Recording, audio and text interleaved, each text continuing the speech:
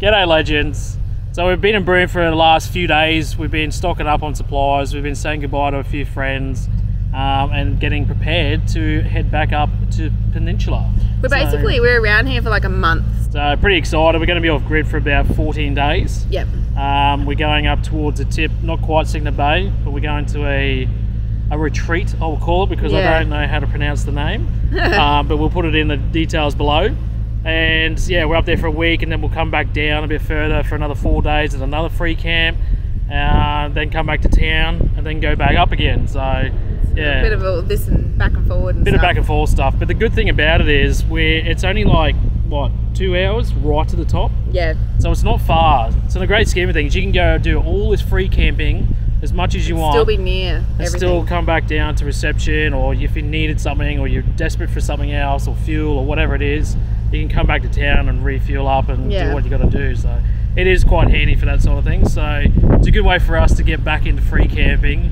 And if we've forgotten something, we can come back and get it. At least we can get to people and get to places and get to water and stuff. We should be quite on tune by the time we leave here. Well, we'll tune in when we get up there and show you what's there, and I'm keen. Go from there.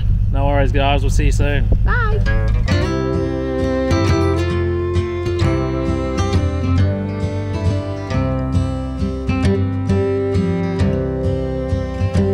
Take me back to the old dirt road where Mama and Papa used to go. Let's sing all them songs from a long time ago and pine for them old days of yore. Looks interesting. Yeah, I'm curious. Got a whole week here, so. Yeah. Just FYI, that road in, it's pretty good for tree clearance. It's a little soft in sections for sand, but I didn't want to drop my pressures until I needed to. And then that last sort of 6k was terrible. Like, that was the hardest corrugation we've had for a long time. We drove at like, what, 10 to 20 k's an hour the whole way? Yeah, so keep in mind, I probably will drop those pressures on the way out. It's just, they were probably some of the worst we've had, so just an FYI on the track. Most of it's actually really good, so yeah, just keep that in mind. So I've got a pretty cool little spot right up the back of one of the campsites up here. So this is our view. So it's quite open. So we've got bins, there's water here. We got another water tap over here in the bush. It's all fresh water, drinking water. It's quite spread out, it's quite open, which is kind of cool. And then you got these big sort of half 44 drums as a fire pit, which I'm excited about. We try to set up as best possible for sun, because we want to try and live off our solar while we're here. So it was a very strategic placement here with the caravan. So we'll see how we go. Yeah, not bad. I'm liking it. How's the van, babe? Yeah, perfect. There you go. Considering it's the most corrugated road ever on the way in. I didn't take a video of it, but if you're interested, put it in the comments and maybe I can do it at another location. But the last couple of k's in here, I actually came and sat in the van just to see what it was like. And to be honest, it's so noisy, but the van was perfect. I am so impressed. Like, so impressed. It's cool. Yeah. You can hear the chain suspension, the oven, like, if it can rattle or make a noise, it's making a noise, but all together, it held together really, really well. So if you want to see something like that, tell us about it in the comments below, and I'll do it at another location when we go over some really bad corrugation for you. It's really good to, I don't know, experience these things and check them out, because it's only going to make you better at towing, because you know maybe what the van's doing or what to look out for and how it's going to, behave. So I think, it's kind of cool to get in there and just see how everything's going. I've got something to show you. Oh yeah, here we go. Do you recognise this pot? Look. They're all growing again. Look at them all. See all the blue casings from the seeds? Yeah. There's one on the floor. So cool. How many was there? 9, wasn't there? I think I put... There's quite a few anyway. We don't have just there's the one anymore. There's definitely 3 in the corner, in the edge, and then I put them around the outside. I feel like there's one there that hasn't come out. Yeah. I thought if I just do more than I need to, I'm guaranteed to grow something. And I know it looks really dry, but this is because it's based on what they do at the cotton farm. Yeah. And the first couple of weeks, they actually don't even water it. So it's normal to look like that. And they said they can go 8 weeks before they even have to water it, because this, as much as it looks dry, that's so damp. It's like clay. Yeah, this stuff's, yeah, it's kind of breaking through the dry. It's, oh yeah, look at him smashing through there. Yeah. But yeah, you put water on this stuff and it almost pools and then slowly sinks in. Like it absorbs it so much, which is pretty cool. They said when you flood where the cotton was, you put the water in on one side and it takes 48 hours for it to even get to the other side. So that's thick land. Yeah, through that. It's dense, isn't it? Yeah. How exciting. We don't only have one cotton plant, we've got a good 8 of them. 1, 2, 3, 4, 5, 6, 7, yeah, 8. 9. 9, yeah. There you go. Cool. Very cool. It's exciting. We're cotton farmers now. Yeah. No. Our small farm. It's our small farm. Small, not organic farm. Small scale. It's cold in there at the moment, it needs warm soil, so I want to put it back out in the sun. Time to go and get into firewood. Just went and asked the owner, what do we do for firewood? Because I've seen a few people turn up with a couple of bags and stuff. Said, oh, I'll go and check just in case. I don't want to be that guy that gets out the chainsaw and just starts cutting down trees. So I've changed chainsaws. Jeez, that was a tongue twister, wasn't it? So I used to have the battery one, a high Koki. I've had 2 of them now. And when I was out at El Crestro, chopping up a bit of wood there, it wasn't too much. The damn thing started smoking. That's what happened to the last one. Nothing against High Koki or their gear and everything else. Like, I actually have a fair bit of their gear, which is I like. But then you're trying to compare electricity or electric to motor. And for me, the petrol one, I have a chainsaw. It's old school, they're reliable, they're powerful, and it's quite compact. It sits in the back of the car quite well. So up at James Price Point, when we're up there for the last 4 or 5 days, we use this just about every single day, and we'll cut through logs that were like decent size, and it cuts through like butter. For what we're doing, and a lot more free camping now, this will just do everything we need it to. We don't have to worry about charging batteries and not having enough power. I've been wanting a petrol one for a long time, and that justified it for me after the second battery operated one itself. So on to petrol.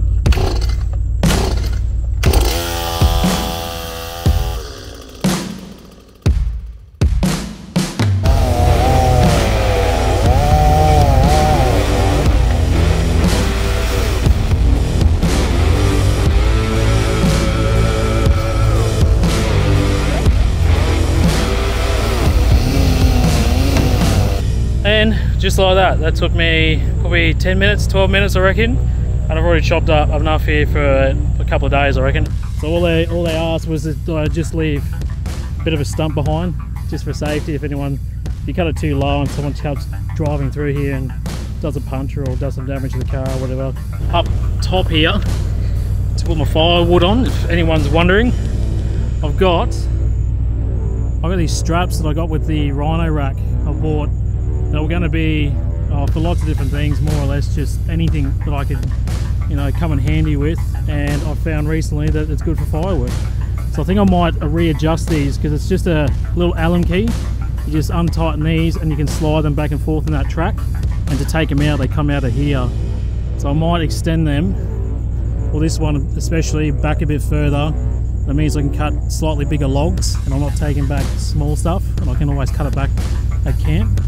But yeah, just a simple strap straight over the top, keeps it nice and tight, and yeah, had no dramas at all the last sort of week carrying all that timber at James Price Point. It's another thing too, it comes with a little Velcro sort of strap. You can tie these up and just leave them on top of the roof. They don't seem to bang around too much or make any noise, so just another handy little tip.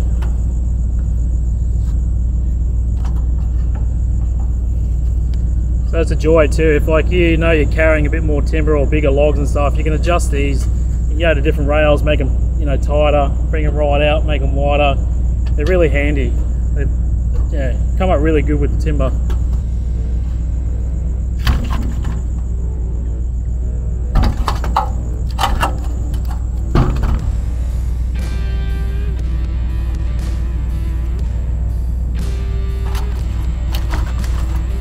Put these last little kindling bits on and we should be good.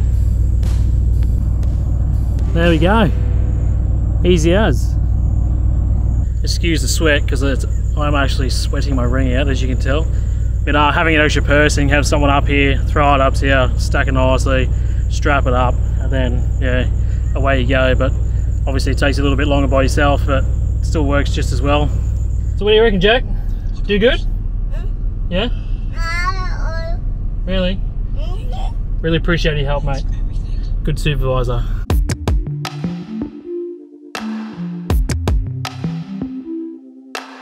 Oh, the rope's out again.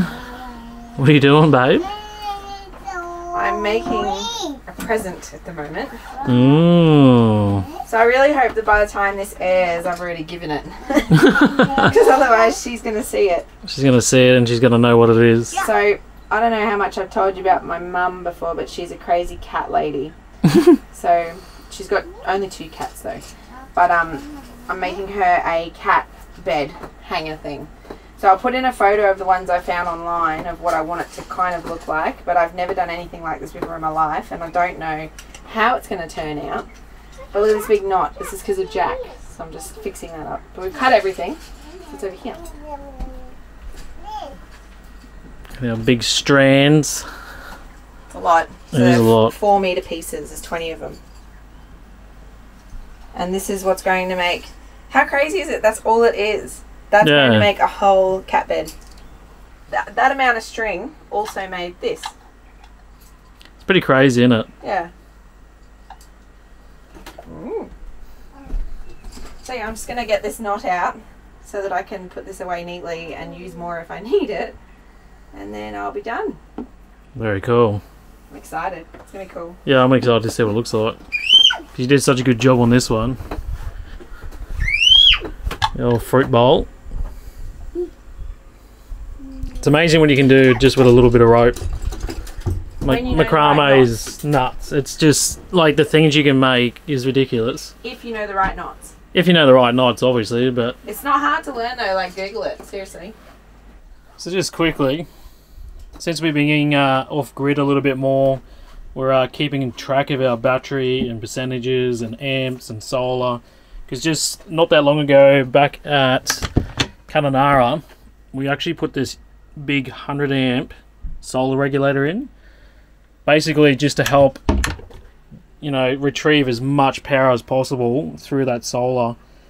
We know it looks like it's supposed to be in a house. Oh, it's big. I don't think you can get the concept of how big it is. Oh, it's massive. While it's in there, but yeah, big reason why we've done that is just we were restricted to 30 amps.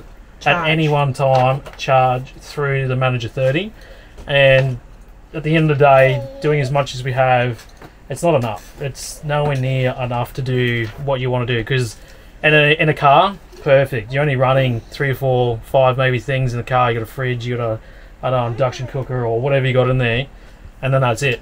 Whereas in a caravan, it's basically a house, so there's lots of stuff you're using consistently all the time.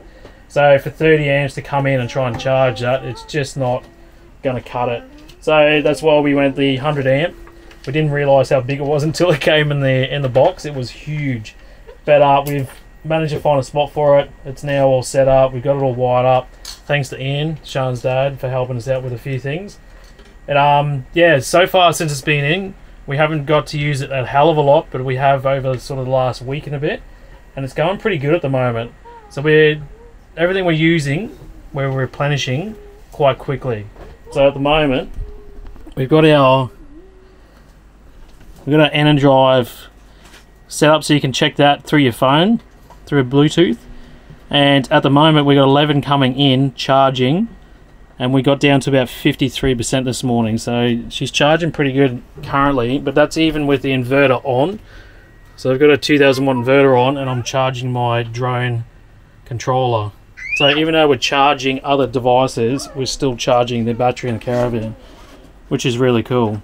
And it's only, what, 9:20, so by the time I turn that off, we'll be ramping up those amps, and we should be at 100% well and truly by this afternoon. So no time. Yeah, and another good thing too is obviously is good weather. Up here at the moment, this time of year, there's almost never a cloud in the sky. It's actually insane. So yeah, optimal charging conditions means, yeah, we can charge our stuff at 100%. So yeah, just a little insights what we've done and what we're experiencing with and playing with. While I'm on that subject, we're actually we have talked about it quite a few times, but just obviously we get busy and caught up with other things. But it will happen, and we're, now that we're off grid and doing a lot more free time, we've got all this time at sleep to sort of throw some videos together. And one of those videos is a van tour volume 2. So basically, if you haven't seen our very first one, we did one way back in the start of the caravan and all the things we chose and why we chose them. But now, being in the caravan for just over 12 months now, we only just clicked over a couple of weeks ago. We thought it would be a good idea to walk back through the caravan and show you what we kept and why we kept it, or why we changed it if we had changed it, and what we like about what the things we've chosen, and just really go through a list so we can show you guys what's actually worth keeping and what's not worth keeping. In our opinion. Yeah, in our opinion. So yeah.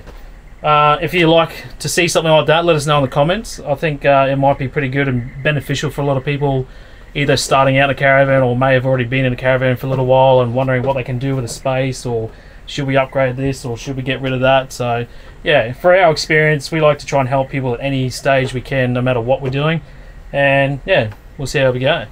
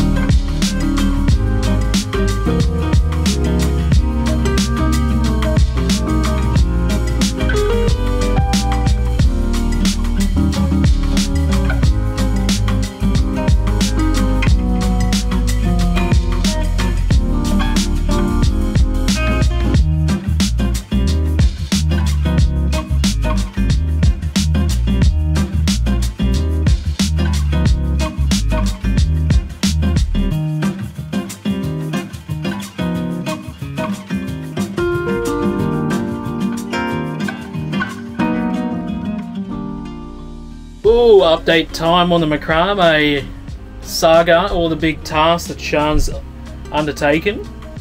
The big cat, what do you call it? The cat what? A cat hammock, I guess. A cat hammock, there you go. And this is what she's done so far. This is pretty impressive, I must admit. So basically this bit here, you put a cushion in there, and that's where the cat lays. And then it goes all the way up, and it's like a big old hammock, and then at the top, hang on, bring it back inside. Look at the stitch work on it. It's not really stitch work, it's like knot work. Knot work, yeah. It's incredible. So the last thing that I'm going to do on here, I want to make a couple of tassels that hang off the side. And then I've just got to, this bit down here, all of these, I've just cut them, but I've got to untwist them and brush them out so they're more like puffy ones. I'm going to leave the bottom one like this though, because I like that look. I think cats would like that too. So yeah, very cool. I'm really impressed. Yeah, no, you've done a killer job, and I like how you've utilised the window up here. At least there's no bugs. It's literally here. Just on either side of that window. There's 4 different knots here, and they're really, really, really easy knots. So although it looks like there's a lot of variety there, there's really not 4 knots. So if you can learn 4 knots, you could do something like this too.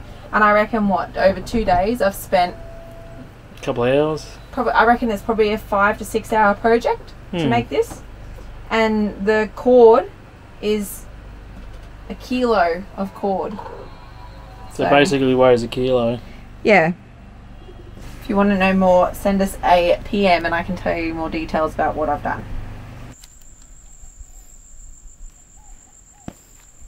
How cool is it?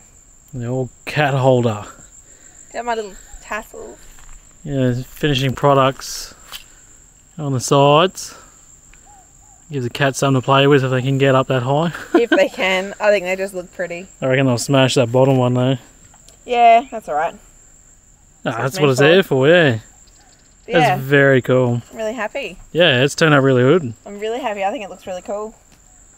Should be able to hang it off the roof, reasonably close to the roof. Yeah. And yeah. Do you want to tell everyone what that piece of wood is up the top? Oh, it's a spotted gum axe handle. Yeah, from Mitre 10 in Kununurra, I think it was. There's a little hole. It's got the end where the axe would go in. But that's alright. Comes in handy. It's perfect. It looks good. Oh, it's bloody sturdy, that's for sure. I reckon your mum will absolutely love it. Yeah, I agree. It looks killer. So how long do you reckon it took you? How many hours and everything? Probably like 5, maybe 6 all up. Yeah. Over about 3 days or something, wasn't it, for us? Yeah, over 3 days. So I just did it before we go out each morning. But yeah, my favourite bit's that one knot. Yeah, it is pretty cool. I think that's really cool. It's funny because that knot is exactly the same as these knots. But there's just more in it. Far bigger one. Yeah. That's cool. Yeah. Things you can do with knots, eh?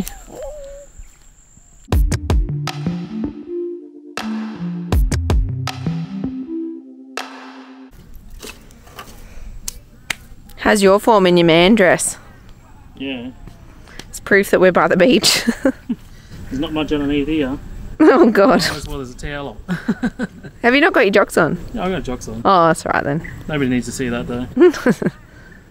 But anyway, yeah, we're going to get the camp oven on. We're going to season it tonight so it's ready to go, because initially that's what you've got to do with your camp oven.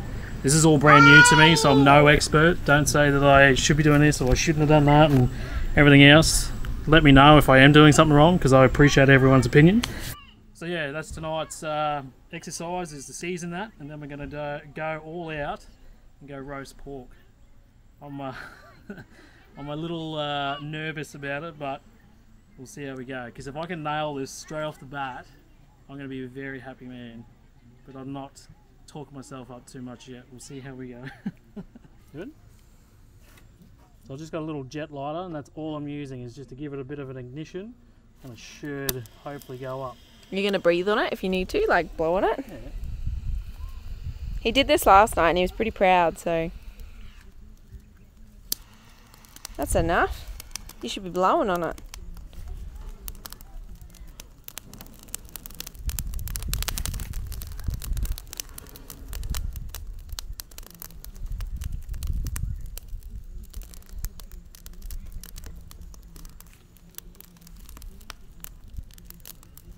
Looks pretty good, babe. I reckon next step for you is to get the flint. Yeah. And do it with just a flint. I'd be happy as to do that. That'd be really cool. If you remember at the sandalwood shop the other week, we showed you this. Don't mind all that crap around either. There's heaps of stuff here. This is our sandalwood burner, so we've got our spares in the bottom. A couple of them are broken on the road, so you might be better off leaving them in the box if you're going to go corrugated. And so I'm just using my broken bits at the moment, but they do a good job. And I've got, I don't know if you can see it, there's a stick just there. I think it's a bit overcast.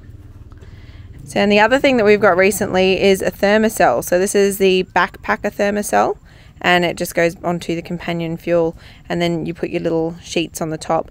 You can get a cheaper version of these little like bits that go on the top as well online, but otherwise the Thermocell brand, and they last 4 hours per one. So we put one of these on every night because the bugs up here are just next level. You just turn it on. I don't know if you'll be able to hear the fuel, but then I wonder if you'll be able to see that. Can you see that little burning orange light in there? That means that it's on and it's working. And then after about 10 or so minutes, this burns. So usually this is much more blue, but because we've used this one last night, it's finished. So I'll turn it off for now. But we'll put one of these on later. They're really handy. Righto, I've got out my camp oven. So this is from Anaconda. This is one of the smaller ones, the 9. And I've got a bag for it. I've got my handle for it, and inside there's a trivet. So the trivet is to keep the meat and veggies and whatever you're cooking just off the bottom of it, which I highly recommend you get, because yeah, from my experience seeing things and stuff that they've been cooking, it burns the bottom, it burns the arse out of it. So they are extras, but like, you can't beat a good quality bag, especially if you're doing this quite often. You're throwing it in the back of a car, or even for us throwing it into our tunnel boot where we've got, you know, valuables and things that we want to keep clean. With the ash and getting all that sort of stuff on it, it can get quite messy. So I reckon a good quality bag, what they do come with, is a must. Obviously a handle, you're going to need that to lift off your lid at times. And inside, I'll show you the trivet. It's basically just a little aerated sort of platform, but it's just enough to keep it off the bottom there, because that's where a lot of heat comes from. And I do very much the similar thing with the Ziggy as well, just to stop burning that bottom.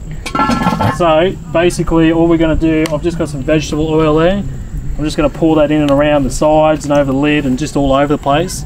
And then once these coals are ready, we're going to throw it on there and we'll let it cook up for about a good hour, and burn in the sides and season it up, and it should be good to go. How to keep your kid occupied while you do some filming. What's in there? Unbelievable. Righto, what's going on? Righto, veggie oil's coming out.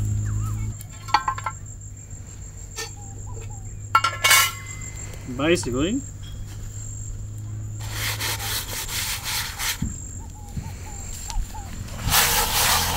put your oil in and just coat all the sides until they're nice and moist. You're watching, Jack. You want to go right in front of me? Of course you do. You leave it. No, no, not yet, not yet. I just want to help, Dad.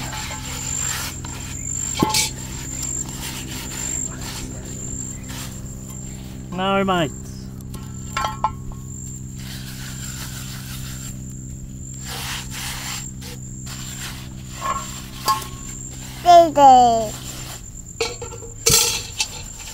So with my experience of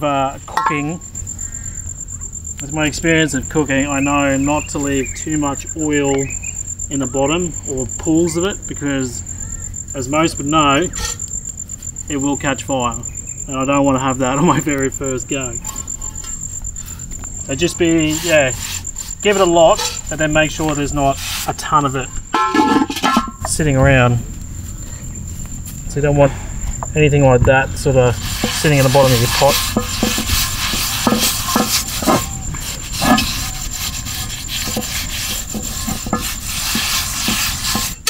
Mate, no.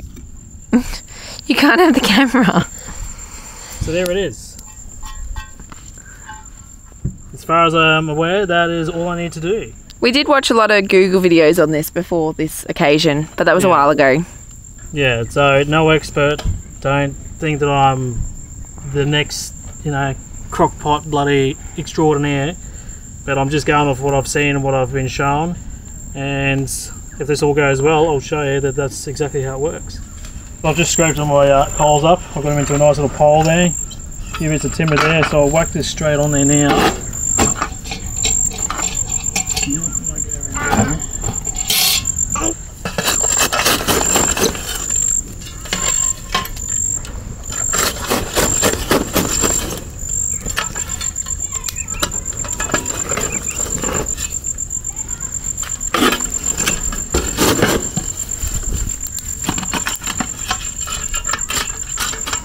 Perfect. There we go. We'll see how that one goes. So it's been an hour. I might take this pot off and see how we're going.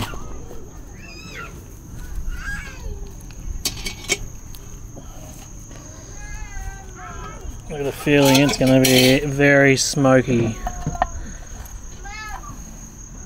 Not bad, not bad. It's looking pretty good.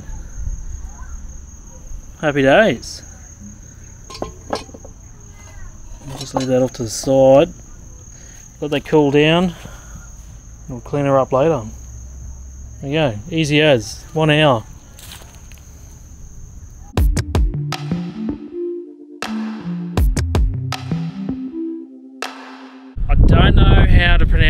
properly, but it looks like Thuringian Roadhouse. I'm going to put the name up there anyway, and you can have a crack at it yourself. It's so hard to bloody pronounce up here, but that was my interpretation of it. But yes, it's Roadhouse. It's another one of those little cards you just put in and out. You select your amount, and then the pump will turn on, and then you fill up your car. So there is actually a shop front and things over here, but they are only open, I think it was Monday to Thursday is 4 to 7. Weekends is from 12 to 7, I'm pretty sure. If not, I'll put them in the details below. But yeah, so where we're staying from the retreat, it's about 45-minute drive, so it's not too far. It's either up here or you go right back to Broome, because there are 2 more fuel stations up here. But the only problem with that is they're all communities, and at the moment, at this current moment, you cannot get into any of those places. So you're very limited to what you can get. But you do have this, and it's not that far depending on where you're staying. It's quite central to most places, which is quite good. But yeah, worst case, you're going to have to go all the way back to Broome. From where we are, it's about a 2-hour drive. Just quickly too, fuel at the moment, it's about $1.65 for petrol. And diesel, what are we looking at? Holy, $1.88. There you go. It pays to have bloody unleaded, doesn't it? But also too, you've got reception here. So we're just doing a little bit of a catch up on socials and emails and stuff. So we might hang around for half an hour and just do a few of those, and then we'll go back to off grid. I just noticed they got air here too. I didn't think they'd have this all the way out here, but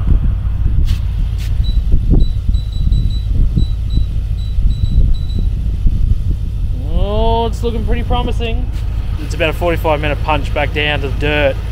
But it's just slow going because I've dropped my tyre pressures to go on the dirt because it's quite corrugated towards the end.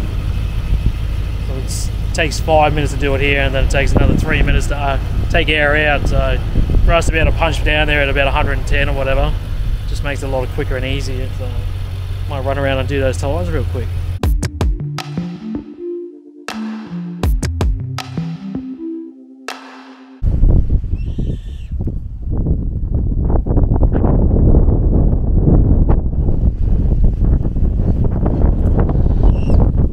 Jack's not a real big fan of the beach we found out in the last sort of week and a bit. But honestly, how good. What an epic spot. Get a little shade sail up, car, and then you got this insane view. Killer. And you've got this whole cove. It goes right down to the other end here. So there's some like sort of rock formations out the back there. It's probably another, I reckon, 100, 200 meters down there you can keep going. But at the moment, if you just see now, we've got this little shade sail. It's a day shade, it's called, from Austrail, 1.8. So it's just basically a really mini version of a gazebo. And it's actually been really cool. This is probably second or third time we've used it. So to stand up, I can stand up in here, which is pretty good, but that's about it. That's the height. So it's more for just coming down the beach, getting your chairs in there, sitting down and just relaxing. And it takes 2 seconds to set up. It's nothing at all. And yeah, it does us for now without the awning and a few other things. It just lives in the back of the car now. It's probably the size of like a beach cricket set. And yeah, it comes with your shade sail. It's got pegs, and yeah, can't really complain. It's good. Yeah, if you want to check them out, or something you want to take down the beach or whatever, nice and easy. You haven't got an awning or anything like that. Yeah, Austrail Day Shade 1.8.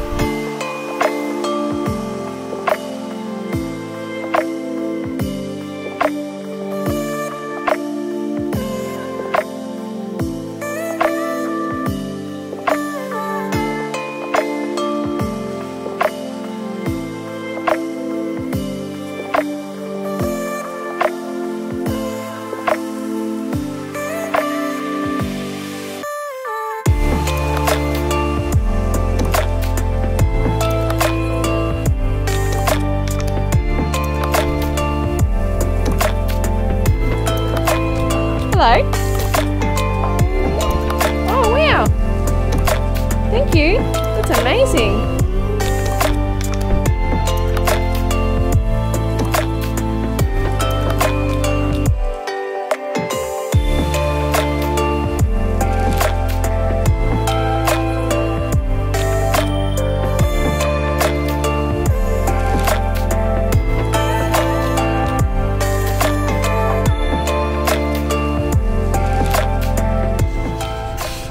to loosen enough room. Okay, you ready? Using my concreting skills here. Concrete from way back. Are you ready? Look, watch, Jack. Oh, it fell out. You weren't quick enough. Hang on.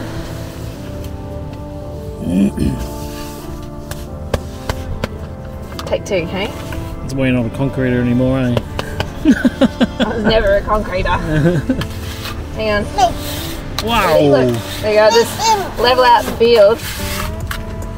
Are you ready? Tap tap on the top. Come on, did you ever do sandcastles as a kid? Hey! Look, Jack! Whoa! I'm gonna do some bricklaying now. Must destroy.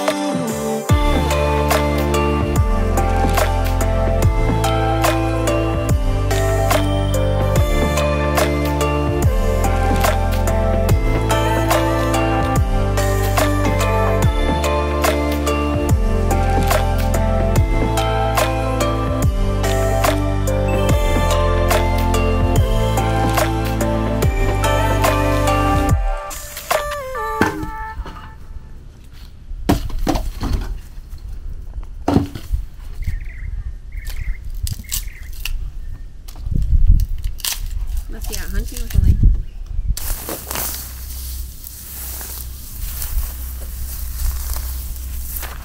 Righto, I'm going to go through all the steps that I've done and why I've cut my timber the way it is. This is just something that I've learnt. I feel like this is the mainstream way, but there could be so many thousands of different ways of doing it. So I'm not judging, but this is what I've seen and what I've been taught. So this is how I'm doing it. And I'll run through what I'm doing. So first off, I was over there grabbing some dry grass. So this is going to be my igniter. So that's the stuff that's going to go up like wildfire and get everything going and get those flames. Second is very small kindling, which is basically just really small bits of branches. You can see how small they are. It's almost like a bird's nest sort of style. So they'll go on top of the grass when that flame gets going. This will retain the heat and the flames. And once that's up and going, we get onto the bigger sticks. So they're ever so slightly bigger and thicker. Again, they don't need too much fire and heat. They can take off quite quickly. But then once all this starts to get going, then we can start chucking on some bigger logs. So these ones will start burning for probably 20 minutes to 40 minutes or so. Really get that fire going, and then she's well and truly away. Once you got all up and running and going really well, then you can chuck on just about any size log you want after that. So I've got the big ones here. So these should help us maintain the fire for hours on through the night. Very happy about this place because it has lots to offer. I can get all this within about 15-20 meters of our campsite, so pretty happy. So pressure's on today. We've got the camp oven going on, the pork roast. I'm a bit nervous, I will admit that, but I've got a little bit of faith because I have a bit of experience cooking the roast. But yeah, it's always daunting doing it in a new way or a new style. So I can either really screw it up or I can nail it. So it's got to be one or the other. I think Sian's quietly confident in the back there. Yeah, I am. It's going to be great. Fingers crossed.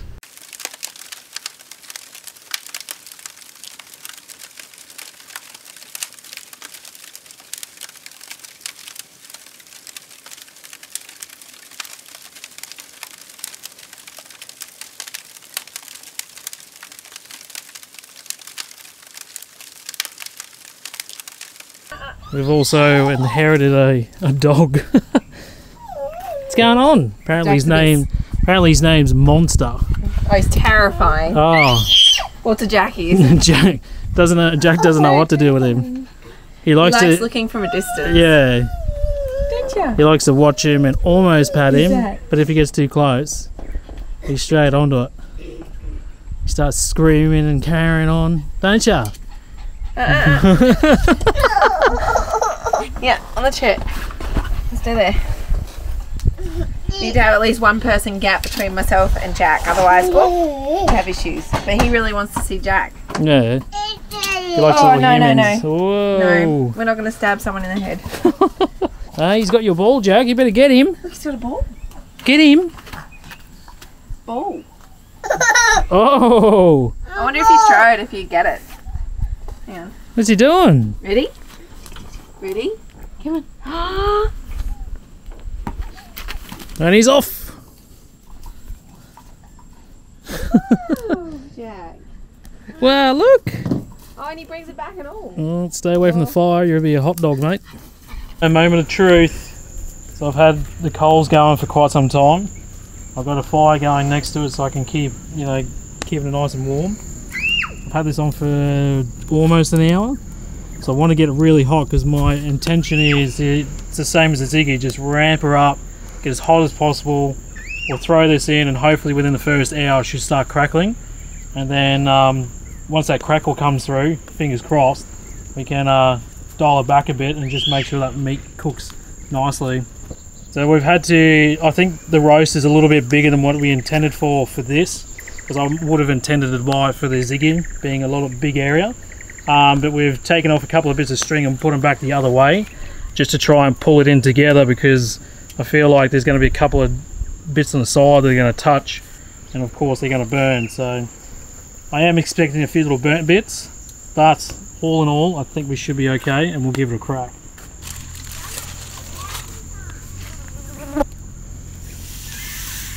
What's a good sign? There is sizzle. The lid's on, and we're not touching it for at least an hour. Moment of truth, eh? See what happens. This is going to be the biggest reveal I've ever done cooking, I reckon. There's no peephole like the Ziggy. Nah, it's just open the lid and hope for the best.